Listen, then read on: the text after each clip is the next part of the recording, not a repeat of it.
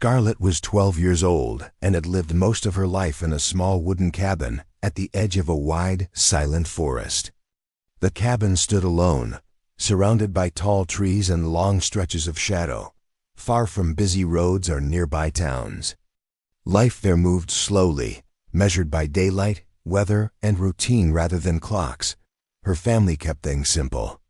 Mornings began early. Evenings ended quietly. The forest was always present, outside the windows, behind the cabin, and woven into daily life. They respected it the way people do when distance and noise are not an option. They kept their land clean, took only what they needed, and never wandered far after dark. Scarlett was quieter than most children her age. She noticed small things others missed, the way birds went silent before a storm, how the air changed just before dusk, and how the woods seemed to breathe at night. She didn't fear the forest, but she understood it demanded attention and care. Her parents did not believe in old stories or legends tied to the woods. To them, the forest was home to animals, nothing more. Bears, deer, and the occasional mountain lion were expected. Anything beyond that was dismissed as imagination. For Scarlett, the forest felt older than explanations. Not dangerous, just watchful. Life at the cabin remained calm and predictable, and nothing suggested that this quiet routine was about to change. At least not yet. It started with small things. Scarlett noticed her family's food disappearing faster than it should. One morning, she had left a small bowl of scraps outside the cabin door, vegetable peels and leftover bread. By the time she stepped back, it was gone. Not scattered or nibbled, simply vanished. The next day, she saw prints in the damp earth nearby. They were unlike anything she had seen before. Large, wide, and deep, the impression suggested a creature far bigger than a deer or a bear. The toes and shape didn't match anything in the guidebook her father kept for local wildlife. Scarlett studied them closely, careful not to step into them herself. She tried pointing it out to her parents, but they simply smiled. Probably a bear, her father said, shrugging, or a raccoon looking for food. Her mother nodded, reminding Scarlett to stay away from the forest edge after dark. To them, the explanation was simple. To Scarlett, it was not. Her instincts told her there was more, though she could not name it. She noticed subtle movements at the tree line when no wind stirred the branches. She saw shadows that seemed to shift and stretch oddly, disappearing whenever she blinked. Still, she wasn't afraid. There was a quiet tension, like the air before a storm, but not one that demanded hiding. Something unusual was near the cabin, something careful, observant, and patient. And for the first time, Scarlett felt the forest watching her back, almost like it knew she had noticed. It was small, almost imperceptible. But she knew, deep down, that life at the cabin was no longer as ordinary as it had seemed. The next morning, Scarlett woke early, as she often did, and stepped quietly outside. Mist clung to the ground, curling around the base of the trees like thin smoke. She wandered toward the edge of the forest, drawn by a mixture of curiosity and the uneasy feeling she had carried since noticing the strange footprints. Then she saw it. At first, it was just a shadow among the trees, too large and still to belong to any ordinary animal. Slowly, it became clear. A creature stood there, hunched slightly, its long limbs folded close to its body. It was enormous, far taller than any bear she had ever seen, covered in thick, dark brown fur. Its chest rose and fell with slow, labored breaths, and Scarlett noticed that it looked thin, weak, and exhausted.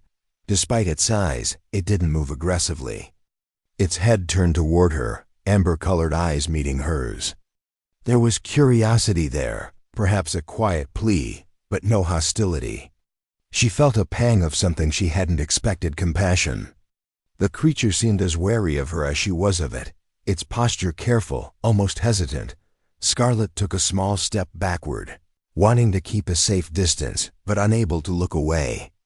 Every instinct told her to run, yet something held her in place. She studied the details. the long fingers that ended in dark, blunt nails, the broad shoulders sagging with fatigue, the faint tremble in its massive frame. It was alone, vulnerable, and starving. And in that moment, Scarlett understood this was no ordinary animal. Something extraordinary had entered her world quietly, without sound or warning. For a few minutes, they simply stared at each other, two lives bridging the space between the cabin and the forest. No threat, no loud noises, just presence. Then the creature shifted slightly and took a careful step backward into the trees, as if to say it would not leave its own space unless invited. Scarlett watched it disappear, her heart pounding, her mind already racing with the question. What could she do to help Scarlett return to the cabin, her mind restless? She could not stop thinking about the creature she had seen, weak, hungry, and alone. Fear battled with compassion, but the urge to help won quietly. She knew she had to do something, even if she did not fully understand what it might be. She peeked out the window, watching the edge of the forest. The figure had not disappeared far. It lingered, hidden among the trees, moving with care, as if it sensed her gaze. Scarlett felt a connection, fragile and unspoken, forming between them. After a moment of hesitation, she moved to the kitchen. She took a small portion of bread, some fruit, and a bit of leftover porridge, placing them in a bowl. Her hands trembled slightly, not from fear, but from the weight of responsibility. No one had told her what to do. She had only her own instincts. Carefully, she stepped outside, clutching the bowl. She walked slowly to the clearing at the edge of the forest and placed the food on the ground, a safe distance from the trees. She took a step back and crouched behind a fallen log, keeping herself partially hidden while maintaining a clear view. The forest was quiet, except for the soft rustle of leaves. Scarlett held her breath, watching. She felt a mixture of hope and anxiety, knowing that any sudden move could scare the creature away. Yet, for the first time, she felt she was doing exactly what needed to be done. It was a simple act, a child offering food, but it was deliberate, careful, and full of empathy. And somewhere deep in the trees, the creature noticed. It was the beginning of something neither of them could yet understand. The creature emerged slowly from the shadows, moving with cautious steps. Its massive frame bent low, muscles tense but deliberate. Scarlett remained perfectly still, crouched behind the log, holding her breath. The forest seemed to pause around them, as if the trees themselves were watching. Bigfoot approached the food, sniffing the air, its amber eyes flicking toward Scarlett. There was a hesitation, a moment of doubt, as if it could sense both danger and kindness in equal measure. Then, carefully, it lowered its large hands and took the bowl, lifting it slightly to inspect the contents. It ate slowly at first, as though savoring the first real meal it had in days. Scarlett watched every movement, the gentle way it picked up the bread, the occasional glance toward her, the faint asterisk. When Scarlett stepped outside, the first thing she noticed was movement among the trees. Shapes shifted in the early light, large, upright, and silent. Her heart quickened, but there was no panic. She could tell immediately they were not ordinary animals. Multiple figures stood just beyond the clearing, their silhouettes framed by the soft morning mist. Her parents followed her outside, rubbing sleep from their eyes, sensing that something unusual was unfolding. The family froze, unsure whether to move, speak, or retreat. The figures remained still, watchful but not threatening. Their presence was overwhelming, yet there was a strange sense of calm in the way they held themselves, as if they were guarding, not hunting. Scarlett's gaze fixed on one figure closer to the front. It was the same creature she had fed the day before. Though larger and more imposing in the morning light, it exuded a quiet restraint. The others formed a loose circle around the clearing, maintaining distance yet subtly surrounding the cabin. No sounds were made, yet the silence spoke volumes. The family felt it in their bones, the gravity of being observed, acknowledged, and somehow protected. Scarlett realized with a mixture of awe and apprehension that her small act of kindness had drawn them here. For several long minutes, the family stood in stillness, absorbing the moment.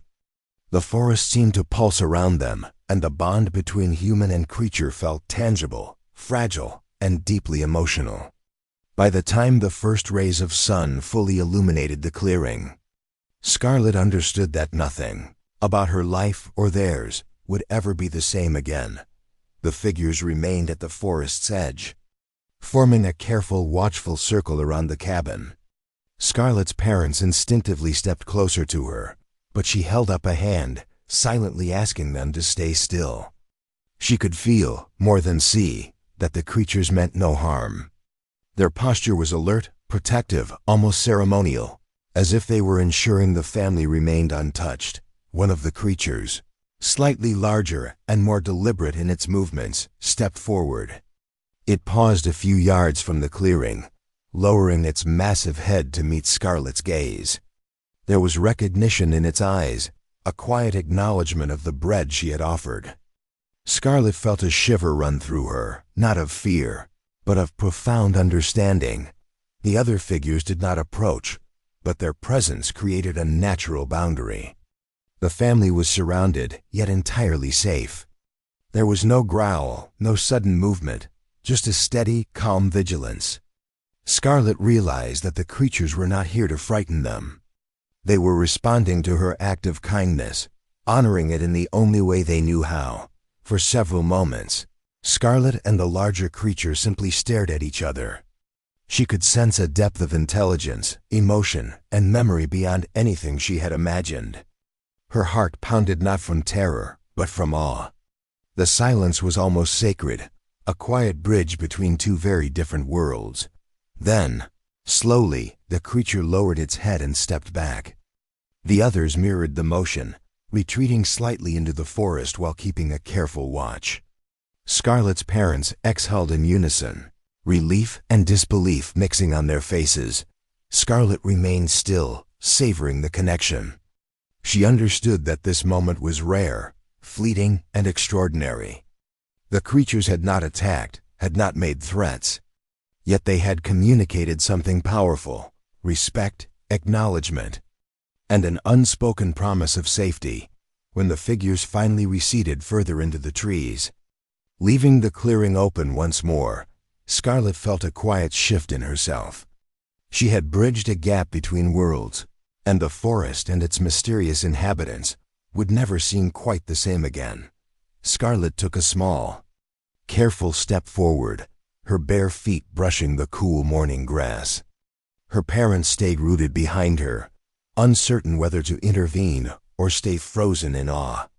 The forest seemed to lean in, silent and expectant, as if every leaf and branch were holding their breath. The larger creature, the one she had fed, shifted slightly. Its head lowered in a slow, deliberate gesture. Scarlett froze, sensing that this was a form of acknowledgement, a quiet, wordless communication that transcended language. The tension in the air did not come from fear, but from the weight of the moment. She could feel the connection like a tangible thread linking her small frame to the massive, powerful being. The other figures remained at a respectful distance, their presence steady and composed. Scarlett's heart raced, not from danger, but from awe and understanding. She realized that this was their way of showing trust and respect. The creature's amber eyes held a depth of emotion she could not fully name: gratitude, recognition, and perhaps a silent promise. Scarlett lifted her hand slightly. A tiny wave, not knowing if the gesture would mean anything. The creature's gaze lingered, then it slowly straightened, muscles rippling beneath its thick fur. Without hurry, it stepped backward, retreating just enough to leave space between them, yet remaining watchful. Her parents exhaled quietly, still hesitant but sensing that nothing here was meant to harm. Scarlett stood a moment longer, feeling the pulse of the forest in the presence of the creatures, as though it were part of her own heartbeat. Then, in a series of deliberate, unhurried movements, the group of Bigfoots slowly receded into the trees. Scarlett felt the invisible thread loosen but not break. The silent acknowledgement lingered in her mind, a memory of trust, understanding, and a fragile, extraordinary bond. When the last shadow vanished among the foliage, Scarlett and her family were left in quiet reflection. Life would not return to what it had been, but in its place came a profound awareness. Kindness could reach even the most hidden corners of the world. Asterisk, asterisk. By the time the sun fully rose, the forest had returned to its usual quiet rhythm, yet something had changed. Scarlett and her family stood together, absorbing the weight of what had just occurred. The creatures were gone, yet their presence lingered in the clearing, in the air, and in the rhythm of the woods around them. Scarlett felt different. She had glimpsed something rare and extraordinary in intelligence, a gentleness and a vulnerability in a being so powerful. The memory of the amber eyes, the careful movements, and the silent acknowledgement stayed with her, a quiet reminder that kindness matters, even when no one else witnesses it. Her parents, still processing the surreal encounter, recognized the unspoken truth. The forest was home to more than ordinary animals. Respect, caution, and understanding were the only ways to coexist with what they had seen. They did not speak aloud, yet Scarlett understood their thoughts mirrored her own. Life at the cabin slowly resumed, but it was never quite the same. The forest felt alive in new ways, each rustle or distant shadow carrying meaning. Scarlett often glanced toward the tree line, remembering the figures that had surrounded them without threat, that had acknowledged her simple act of care. And though the Bigfoots did not return in person, signs remained, footprints at the edge of the clearing, broken branches, subtle shifts in the undergrowth. It was their silent presence, a gentle assurance that their connection had left a lasting mark. Scarlett carried the memory with her always, understanding something profound. Sometimes, the quietest acts of kindness echo farther and longer than anyone could imagine. Life had changed, quietly and forever.